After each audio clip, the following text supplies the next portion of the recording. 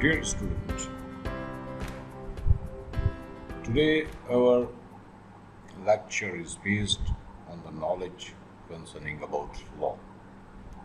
What is law and how it works, what are the functions, the scope, definitions, and what sort of law is prevailing in our country. Basically, law is a sole expression of legislative will. It orders and permits and forbids. It announces rewards and punishments. Its provisions generally relate not to solitary and singular cases, but to what passes in the ordinary course of affairs. Law can be defined as a set of rules which we are bound to obey, those rules which are enforced by the state. Failure to obey law would result in us having to face certain repercussions. So these repercussions may be in the shape of rigorous imprisonment, simple imprisonment, or fine, or being capable or incapable for any post of public service. Law को मुख्तलिफ अंदाज से हम बयान कर सकते हैं. आम तौर पे आप यूँ समझ लें कि लॉ जो है वो आपकी आज़ादी की हदूद का तयन करता है कि आप माशरे में कितने आज़ाद हैं. It basically determines the frontier and borders of your liberty, or it regulates your liberty in this society. बहुत सारी चीज़ें हलाल हैं, बहुत सारी चीज़ें हराम हैं, बहुत सारी चीज़ें आपके लिए मतलब it is nice to get it done. तो इसलिए कानून जो है बेसिकली आपकी आज़ादी की हदूद का तयन करता है, इसलिए कानून बनता है. मिसाल के तौर पे अगर आप इंडिया में शराब पीते हैं तो आप पर कोई जुर्माना या कोई कैद नहीं है. शराब पीना वहाँ पाबंदी है, वो मना है. कि हमारे पास भी इस तरह हम कुछ किस्म की गोश्त नहीं खा सकते, शराब नहीं पी सकते, और जो आपका गैम्बलिंग है वो नहीं कर सकते. तो ये हदूद का तयन हो जाता है. इस तरह बहुत सारे ममालिक ऐसे जहाँ खाने पीने के ऊपर या आपके रिलेशनशिप के ऊपर या ताल्लुकात के ऊपर कोई पाबंदी नहीं है. तो लॉ क्या है कि एक चीज़ को रोक देता है या उसकी हदूद का तयन कर देता है. इसी तरीके से कभी आपको अहल कर देता है किसी चीज़ का, कहीं आपको नाअहल कर देता है किसी चीज़ के ऊपर आने पर, या किसी चीज़ के मतलब अपॉइंटमेंट पे, या किसी चीज़ के काम को पूरा करने के ऊपर. तो ये कानून की मुख्तलिफ इक़साम मतलब कानून की तारीफ़ है. इसकी मुख्तलिफ इक़साम होती है. अब अगर हम इनको देखें कि इनकी मुख्तलिफ इक़साम क्या हैं इन कवानीन की, तो और या फिर ये कवानीन किस लिए बनाए जाते हैं, पर्पस क्या है इसका. तो बुनियादी पर्पस तो हर कानून का ये होता है कि पब्लिक ऑर्डर मेंटेन रहे, सेफ्टी जो है वो मेंटेन रहे. So maintenance of public order and safety and in the same analogy glue the holds the fabric of society together, ताकि कहीं पे कोई नाइंसाफ़ी ना हो, सब एक जैसे हो, एक ग्लू हो जाए, वेल्ड हो जाए सोसाइटी के साथ. और इसके साथ साथ हमें protect us from complete social disorder and anarchy. ये प्रोटेक्शन हमें मिलती है. Protection of individual rights and liberties to some extent ये हमें मैसर आ जाते हैं. इस लॉ इसलिए भी बनाए, इसका पर्पस ये होता है कि आपके इंडिविजुअल के राइट्स एंड लिबर्टीज़ को प्रोटेक्ट किया जाए. So and this is to ensure that everybody is equal before the law, ताकि प्रोटेक्शन इक्वली सबको मिल जाए. The regulation of human relationship, economic activity and international relationship. International relationship में और economic activity को और इंसानों के बाहमी ताल्लुकात को, कि जिसमें दुकानदार का, कंज्यूमर का और बायर का और किसी भी चीज़ की ख़रीद फरोख्त का या प्रॉपर्टी का या पार्टनरशिप का एक रेगुलेटरी फ्रेमवर्क आपको मुहैया हो जाता है.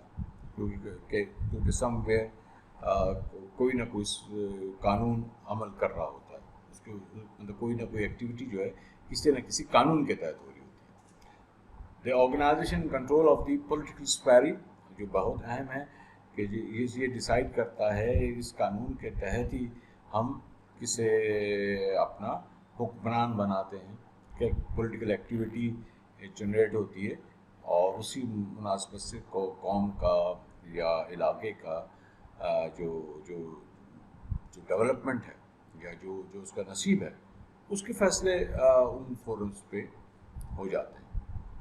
And basically it serves to legitimize and control various aspects of interpersonal relationships, such as entering into the marriages. इसके कानून हैं कि शादी करनी है तो उसके क्या कवानीन हैं, तलाक के क्या क्या कवानीन हैं, अगर कोई वसीयत है, कोई डिस्ट्रीब्यूशन ऑफ वेल्थ वो किस तरीके से होगी, और फैमिली में किस तरीके से किसका कितना हिस्सा बनता है, और लोगों के और वालिदैन के और बच्चों के और पार्टनर्स के जो हकूक़ हैं उनको डिफ़ाइन करने के लिए लॉ की हमें ज़रूरत पड़ती है, और ये बुनियादी तौर पे लॉ का पर्पस है. अच्छा, फंक्शंस ऑफ लॉ जो है ये बेसिकली 4 फंक्शंस में काम करता है, और यही 4 जो हैं ये बड़े इसके पर्पसेस, जैसे छोटे पर्पसेस आप और भी कुछ समझ सकते हैं कि लॉ से आपको क्या क्या फ़ायदे होते हैं, इसका बुनियादी मकसद क्या होता है. लेकिन there are 4 principles function of law.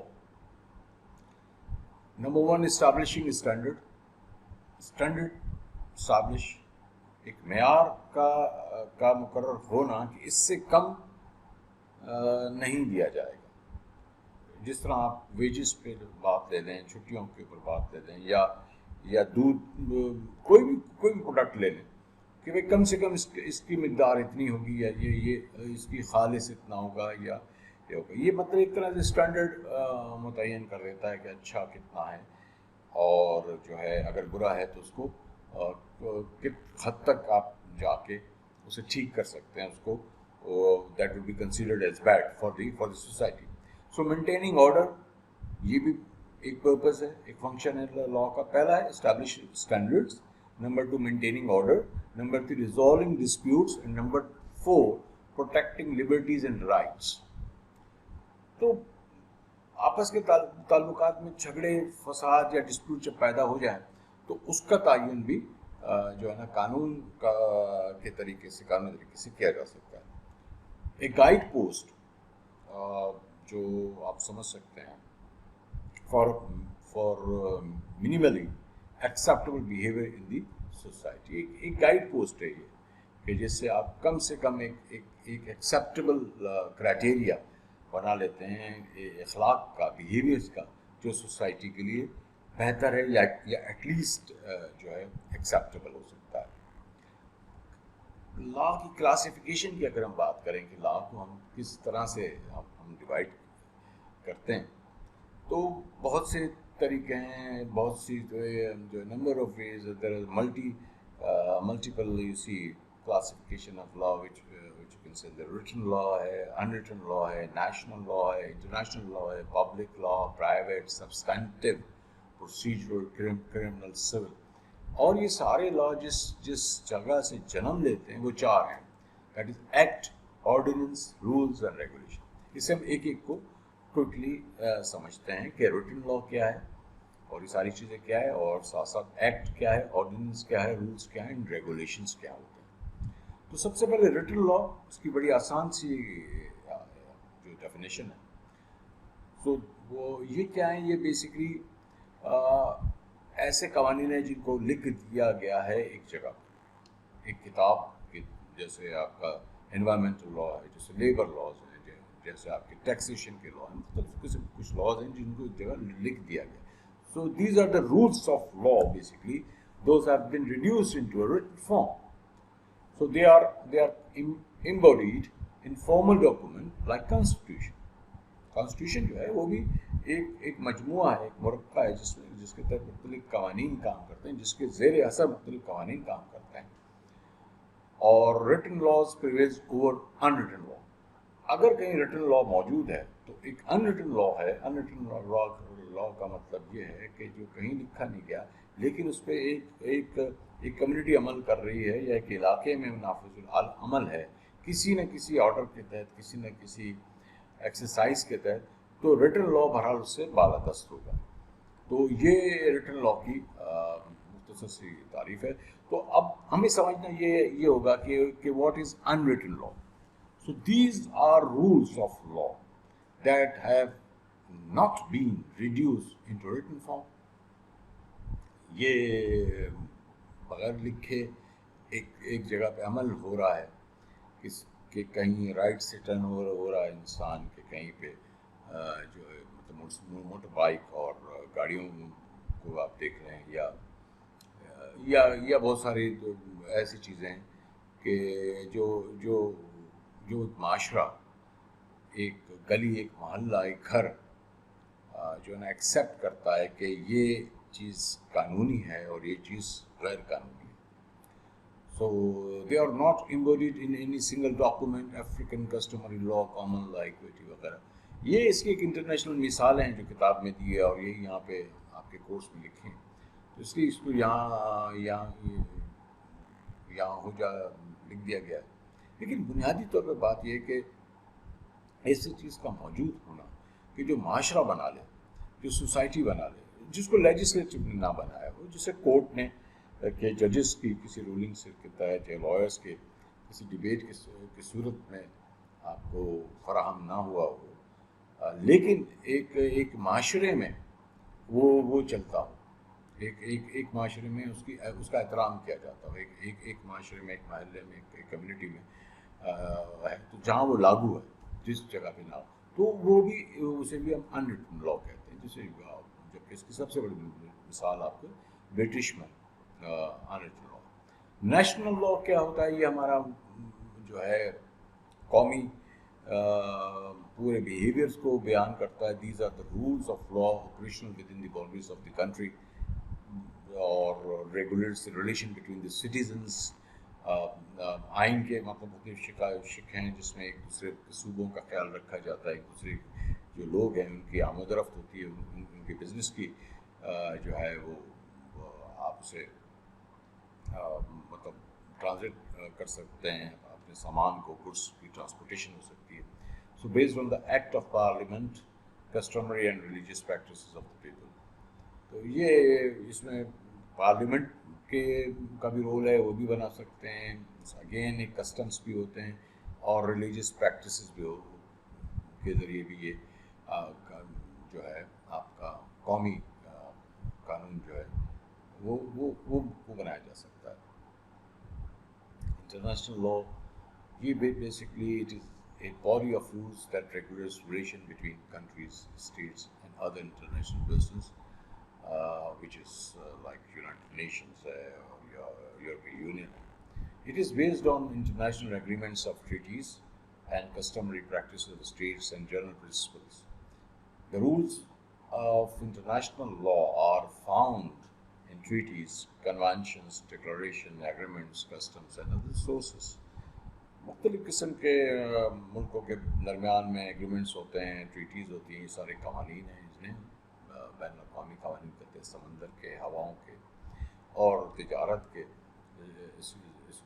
So therefore there are many forms of international law which regulates the relationship between the different states. And next is what is the public law. So public law basically consists of those fields of branches of law in which the state has an interest as a sovereign I mean, where the two parties and one party is basically dominant, the other party's lawful rights. So the state, you see, plays sovereign rules, and the best example of public law is the criminal law, constitutional law, or administrative law somewhere. Public law is concerned with the constitutions and functions of the various organs of government, including local authorities and their relation with each of the citizens है. तो public law basically सारी जो आवाम है उसके फ़ायदे के लिए बनाए जाते हैं कि जिसमें अगर किसी ने किसी के साथ ज़्यादती की है या किसी का हक गस्ब किया है तो उसकी सुनवाई की जा सके. Public law एसर्ट state sovereignty power, और ये इसलिए लाजमी है कि इससे हमें मालूम हो जाता है कि रियासत कितनी ताकतवर है और उसको कितनी आज़ाद है अपने अपने शहरियों के हकूक़ के तहफ़्फ़ुज़ के लिए. एंड अकॉर्डिंगली प्राइवेट लॉ है, basically private law, it consists of those fields or branches of law in which the state has no direct interest as the sovereign body, but law of contracts है, law of property है, law of succession है, law of partnership है, corporate law है, मुख्तलिफ किस्म के law जिसमें जो आपकी स्टेट है, आपका जो मुल्क है, आपकी जो रियासत है, उसका कोई इंटरेस्ट नहीं है, लेकिन वो इसलिए बनाए गए हैं ताकि प्राइवेटली लोगों के काम मैनेज हो जाए और एक स्टैंडर्ड पे आए और एक ज़ाब्ते के तहत चलें. So private law is basically concerned with day-to-day transactions of legal relationship between the persons. So and it defines the rights and duties of the parties. ये basically बुनियादी मकसद है प्राइवेट लॉ का कि दो लोगों के दरमियान, दो पार्टीज़ के दरमियान के जो वाक़यात हैं, आई मीन जो ट्रांजेक्शन्स हैं, उसको क्लियर रखना और उनके दरमियान जो रिलेशनशिप है उसे ट्रांसपेरेंट रखना, ये इम्पोर्टेंट काम है.